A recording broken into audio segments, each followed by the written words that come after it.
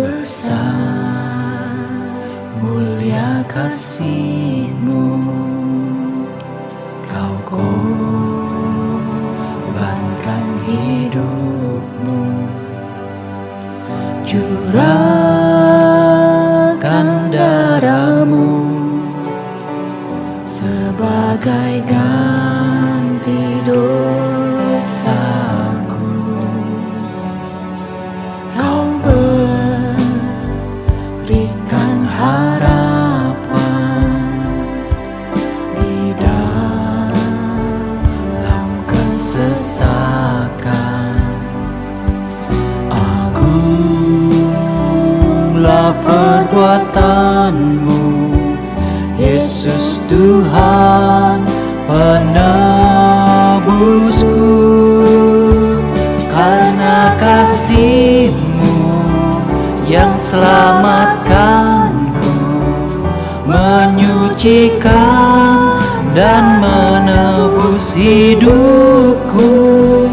Ku naikkan syukur buat pengorbanan-Mu, Maha mulia dan terindah Kau Yesus.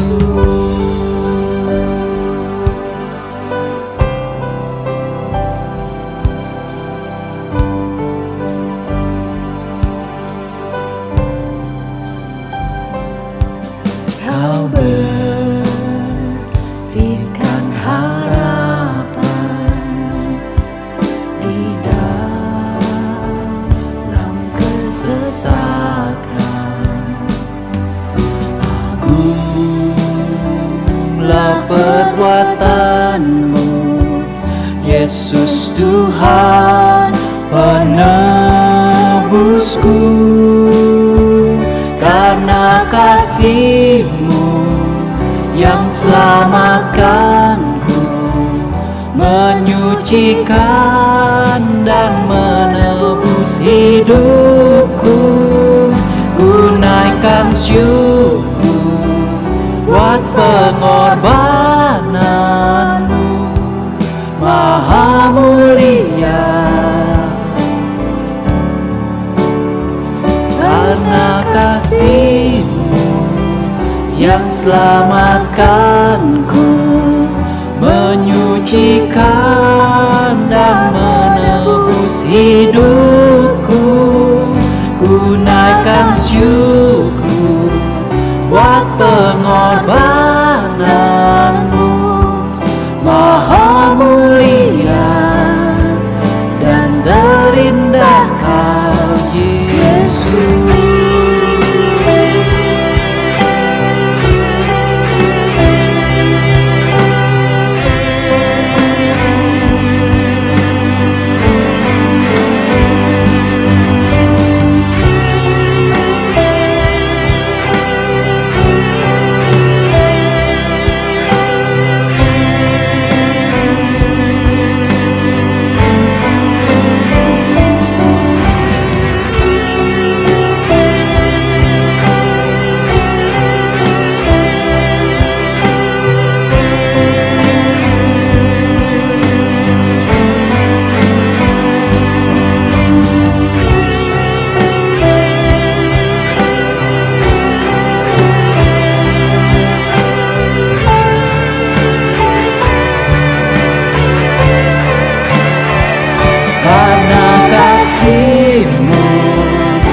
Selamatkanku, menyucikan dan menebus hidupku. Ku naikkan syukur buat pengorbanan-Mu, Maha mulia. Karena kasih-Mu yang selamatkanku, menyucikan dan menebus hidupku. Ku naikkan syukur buat pengorbanan-Mu, Maha mulia dan terindah Kau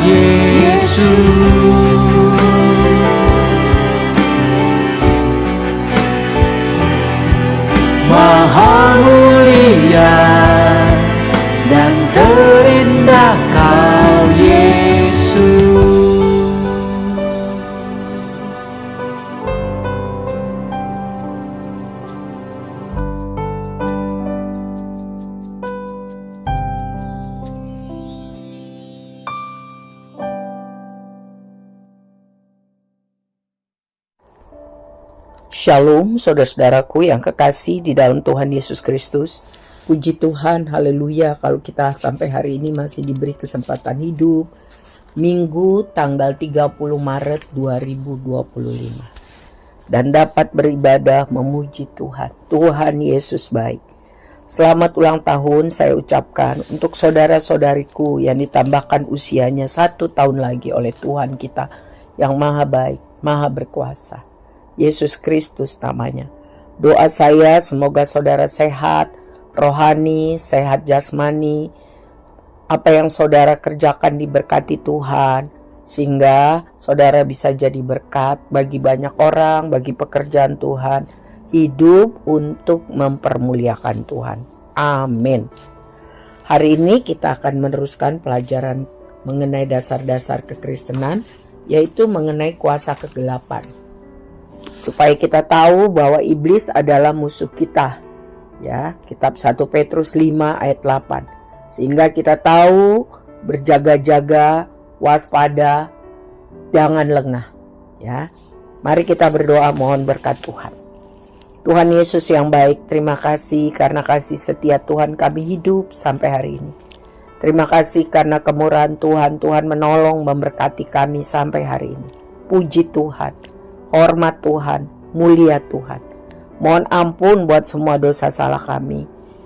Mohon kemampuan juga mengampuni orang yang bersalah kepada kami. Kami menyerahkan hidup kami untuk dikuasai Tuhan. Kami mau kuat berdiri teguh. Kami mau berjaga-jaga dan menguasai diri di dalam nama Tuhan Yesus. Sehingga kami bisa jadi pemenang. Tuhan Yesus, hari ini kami mau belajar mengenai musuh kami, si iblis itu, kuasa kegelapan. Mohon hikmat Tuhan supaya kami mengerti dan kami dapat sadar dan berjaga-jaga. Supaya tidak menjadi lemah dan putus asa. Bahkan menjadi pemenang karena Tuhan beserta kami. Kami minta dalam nama Tuhan Yesus. Amin. Saudara yang kekasih, kitab 1 Petrus 5 ayat 8 mencatat, sadarlah dan berjaga-jagalah lawanmu. Ya, dalam terjemahan bahasa Indonesia masa kini dibilang musuhmu. Si iblis berjalan keliling sama seperti singa yang mengaum-ngaum dan mencari orang yang dapat ditelannya. Ayat 9, lawanlah dia dengan iman yang teguh. Sebab kamu tahu bahwa semua saudaramu di seluruh dunia menanggung penderitaan yang sama. Dan Allah sumber segala kasih karunia yang telah memanggil kamu dalam Kristus kepada kemuliaan yang kekal akan melengkapi, meneguhkan, menguatkan, dan mengokohkan kamu sesudah kamu menderita seketika lamanya. Ialah yang mempunyai kuasa sampai selama-lamanya. Amin. Jadi pembelajaran firman Tuhan hari ini untuk melengkapi kita mengenai pengertian tentang kuasa kegelapan agar kita tahu sehingga kita mengerti, ya, kita teguh bahwa Tuhan kita lebih besar daripada kuasa apapun, ya, sehingga kita menjadi kuat, menjadi kokoh karena Tuhan membuat kita sanggup. Nah, kita mau belajar mengenai asal-usul dan kejatuhan si iblis. Kata setan berasal dari bahasa Ibrani Satan, atau dalam bahasa Yunani disebut Satanas yang artinya musuh atau lawan. Iblis berasal dari bahasa Yunani Diabolos, artinya pengumpat. Wahyu 12 ayat 10. Setan, iblis itu sama, adalah lawan dari Tuhan. Ya, kita kenal juga dengan sebutan sebagai Lucifer, malaikat yang sombong, tidak tahu diri dan dijatuhkan, dicampakkan dari sorga. Banyak nama julukan setan atau iblis itu. Bisa saja disebut Abaddon atau Apollyon, artinya keruntuhan atau kebinasaan. Disebut juga penyesat. Ya, Wahyu 12 ayat 9, Wahyu 9 ayat 11. naga besar itu. Ya, Wahyu 12 ayat 9, si ular tua, si jahat. Matius 13 ayat 19, pendusta dan bapa segala dusta. Yohanes 8 ayat 44, ilah zaman ini, pembunuh manusia, penguasa dunia ini, penguasa kerajaan angkasa, si pencoba, si penggoda. Matius 4 ayat 5-6. Para ahli Alkitab berpendapat ada 3 penghulu malaikat. Yang pertama Mikael, penghulu malaikat perang, Yudas 1 ayat 9. Yang kedua Gabriel, penghulu atau pemimpin malaikat pembawa kabar dari Tuhan, Lukas 1 ayat 19 dan 26. Dan yang ketiga Lucifer, pemimpin malaikat untuk pujian penyembahan, Yesaya 14 ayat 12. Seharusnya pujian penyembahan itu ditujukan kepada Tuhan Allah. Ya, tapi dia mau dia juga disembah. Ya, dia meniru-niru. Ya, dia mau mencuri kemuliaan. Dia jatuh karena kesombongan, hendak menyamai Tuhan. Ya, Yesaya 14 ayat 12 sampai 19. Ya. Di situ dicatat, wah, engkau sudah jatuh dari langit, hai bintang timur, putra fajar. Engkau sudah dipecahkan dan jatuh ke bumi, hai yang mengalahkan bangsa-bangsa. Engkau yang tadinya berkata dalam hatimu, aku hendak naik ke langit, aku hendak mendirikan tahtaku mengatasi bintang-bintang Allah, dan aku hendak duduk di atas bukit pertemuan jauh di sebelah utara. Aku hendak naik mengatasi ketinggian awan-awan, hendak menyamai yang maha tinggi. Jadi sombong, ya, sombong. Iblis mau menjadi serupa dengan Allah. Hendak. Hati-hati. Kesombongan adalah awal daripada kejatuhan. Gelar Lucifer sebagai bintang timur putra fajar adalah peniruan gelar yang dimiliki Tuhan Yesus. Jadi dia suka niru-niru gitu. Ya, KW. Disebut dia bintang timur putra fajar. Itu meniru gelar yang dimiliki Tuhan Yesus. Tuhan Yesus dalam Wahyu 2 ayat 28 dibilang bintang fajar. Di dalam 2 Petrus 1 ayat 19 disebut bintang timur. Di dalam Bilangan 24 ayat 17 dibilang bintang Yakub. Dan di dalam Wahyu 22 ayat 16 Tuhan Yesus dibilang bintang timur yang gilang gemilang. Dia tipis-tipis. Sebab itu kita harus benar-benar punya pengertian, ya, supaya tidak terperangkap oleh tipu muslihat dan bujukan iblis. Ya. Bisa saja dengan berbagai cara, ya, antara lain dengan ilmu kuasa gelap, karena ingin berkuasa, ingin kaya, ingin hebat. Hati-hati. Banyak pekerjaan iblis, ya,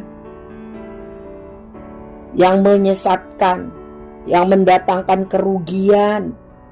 Ya, iblis itu kerjanya lagi suka menuduh siang dan malam. Iblis itu menurut Yohanes 10 ayat 10 mencuri, membunuh, membinasakan, juga membutakan pikiran. 2 Korintus 4 ayat 3-4, sehingga pikirannya gak tahu lagi pikir yang benar. Ya, suka menyamar, pura-pura jadi malaikat terang, padahal jahat. Ya. Praktek-praktek kuasa kegelapan banyak dalam kehidupan sehari-hari supaya kita tahu sehingga tidak terjebak. Antara lain penyembahan berhala. Ya. Di dalam kitab Keluaran 20 ayat 4-5 disebut ada 5 macam berhala yang disembah. Bisa saja itu menyembah patung kayu, batu logam, menyembah laki-laki atau perempuan, mencintainya lebih daripada mengasihi Tuhan. Nah, Hati-hati, jangan jadi berhala. Menyerupai binatang di bumi, binatang di udara, binatang di air, bulan, matahari, itu disembah sampai sekarang, saudara. Bintang, planet-planet, hati-hati. Penyembahan berhala bisa dilakukan dalam bentuk lambang-lambang berhala, agama-agama palsu. Penyembahan kepada ratu, kepada raja yang dianggap serupa dengan Tuhan. Ya. Menyembah di bukit-bukit, gunung-gunung, kuburan, kuil-kuil, dan sebagainya. Hati-hati.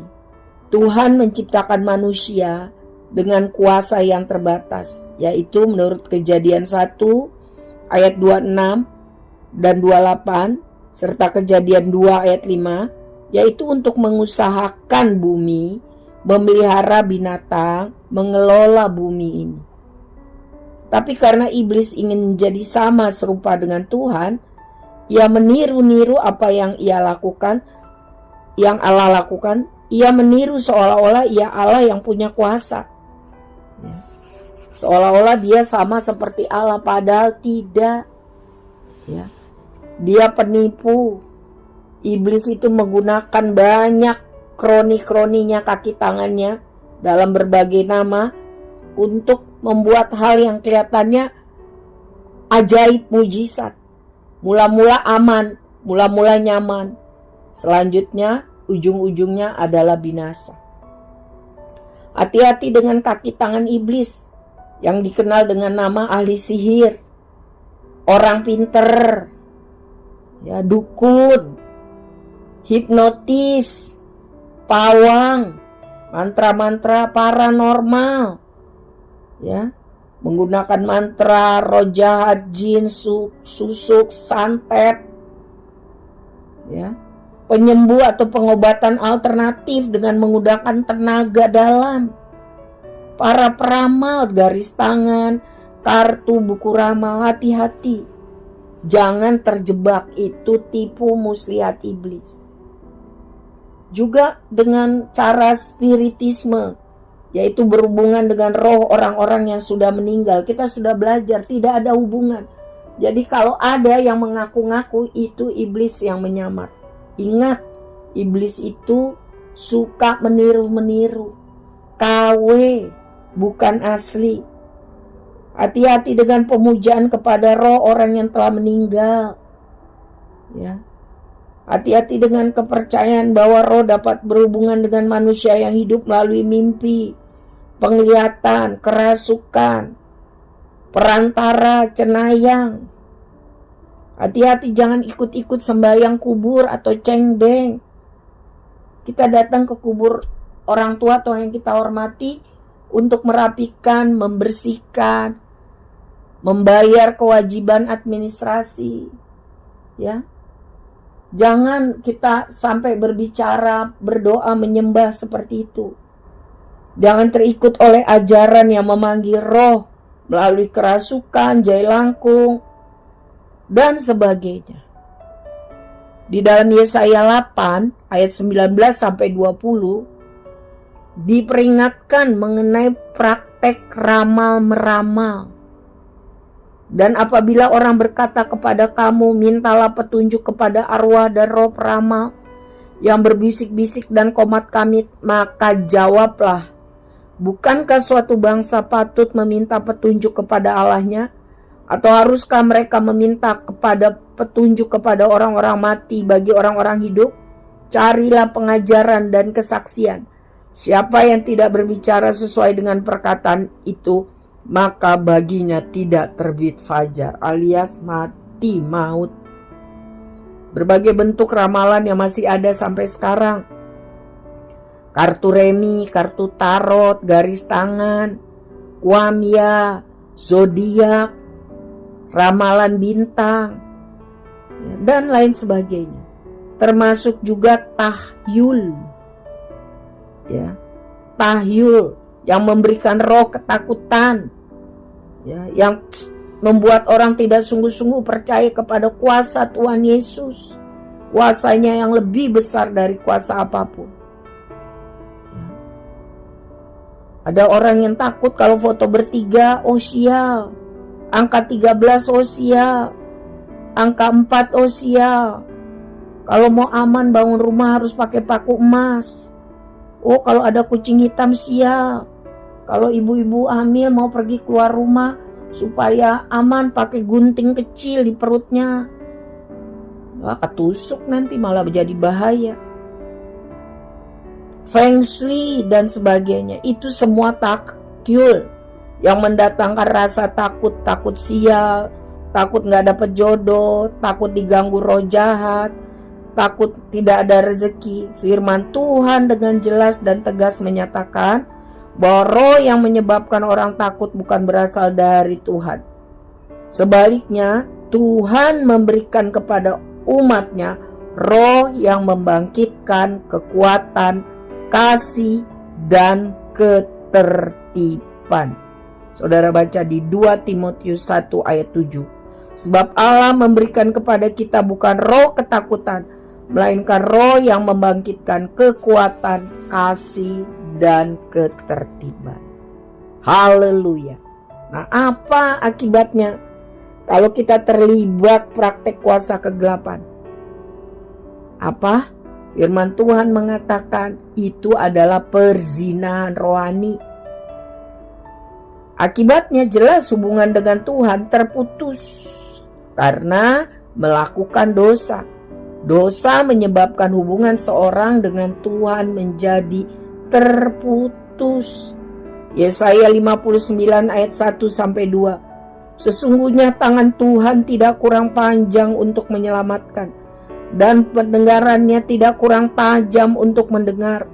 Tetapi yang merupakan pemisah antara kamu dan Allahmu ialah segala kejahatanmu, dan yang membuat dia menyembunyikan diri terhadap kamu sehingga ia tidak mendengar ialah segala dosamu. Yesaya 59 ayat 1-2.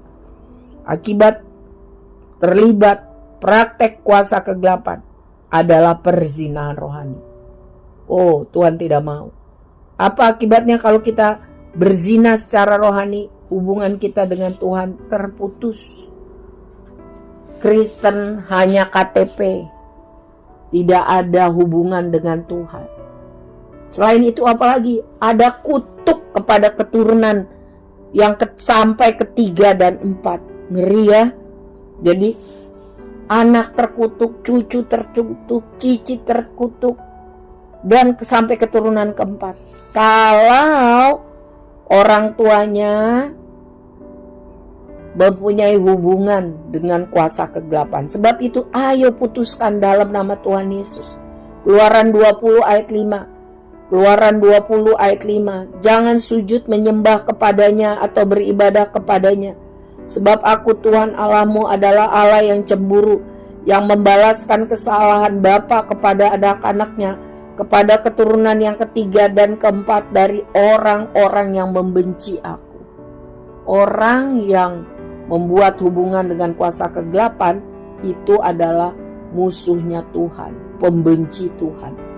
Akibatnya apa? Celaka, bahkan sampai keturunan yang keempat. Apalagi ada penderitaan di dunia ini, ya.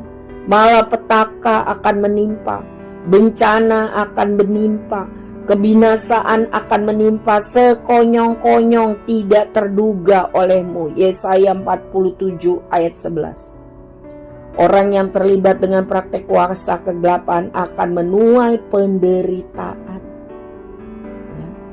Yang kita tahu suka meminta tumbal nyawa seseorang. Sebab itu jangan main-main dengan dosa.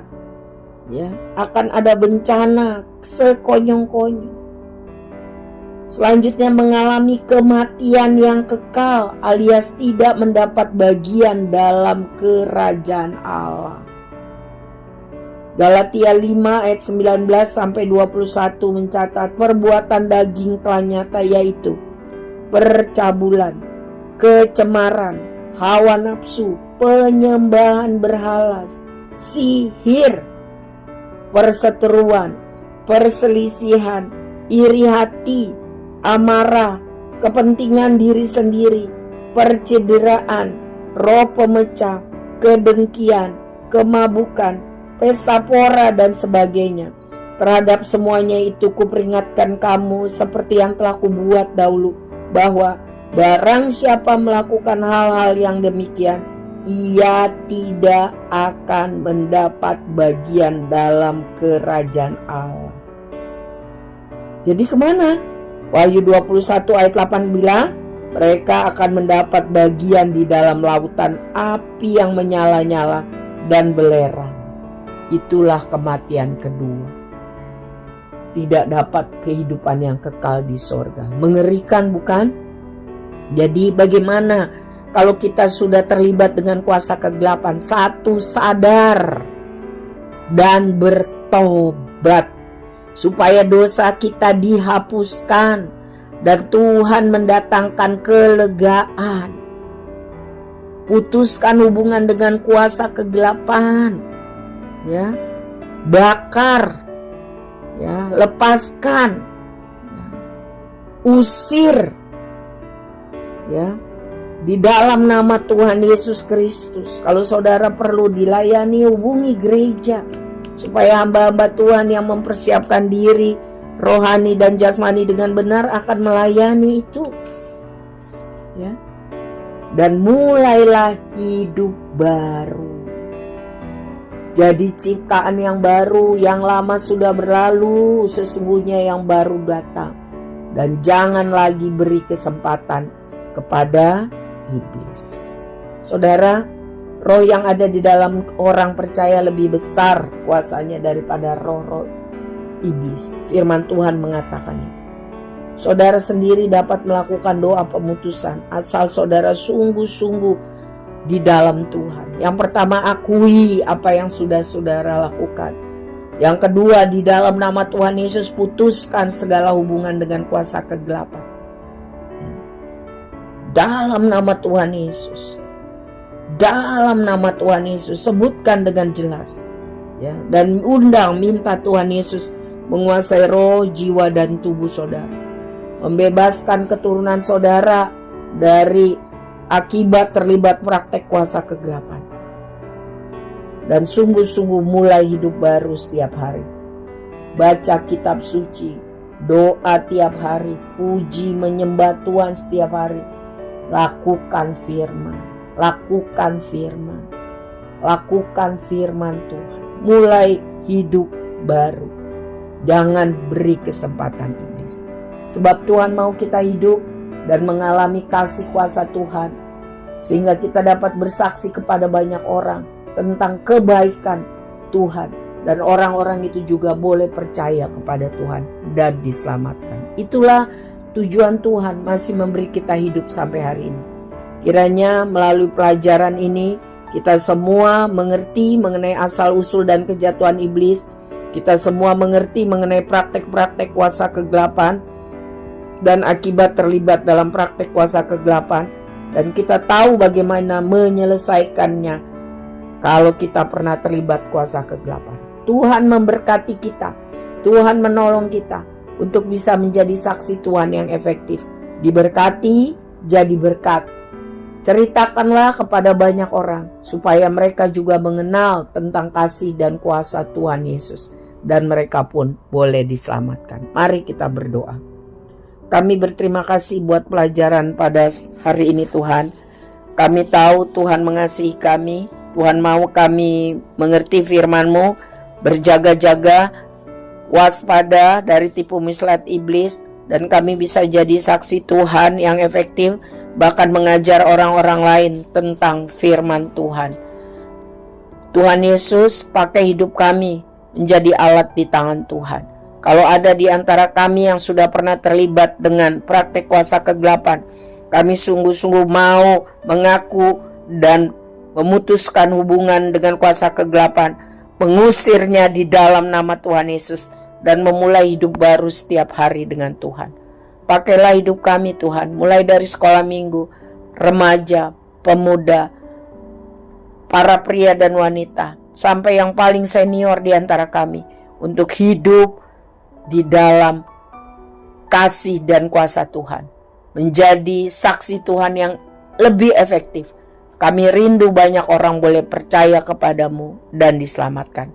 Persoalan kami, Tuhan tahu, beri kami hikmat, tambahkan iman percaya kami, tolong kami supaya kami sungguh-sungguh melakukan bagian kami, dan waktu Tuhan dan caramu adalah yang terbaik. Kami percaya Tuhan baik, Tuhan berkuasa, Tuhan mengasihi kami. Kami masuki minggu yang baru, bulan April bersama Tuhan. Terima kasih Bapa. Mari kami angkat tangan kita semua. Mari kita terima berkat dengan iman di dalam nama Tuhan Yesus. Kasih Tuhan Yesus bagi kita, cintanya terarah bagi kita, penyertaannya selalu bagi kita. Dia mau kita hidup menjadi saksinya yang efektif. Kita lakukan ini di dalam nama Bapa, Anak, dan Roh Kudus. Haleluya. Amin. Semangat saudara, Tuhan Yesus beserta kita. Amin.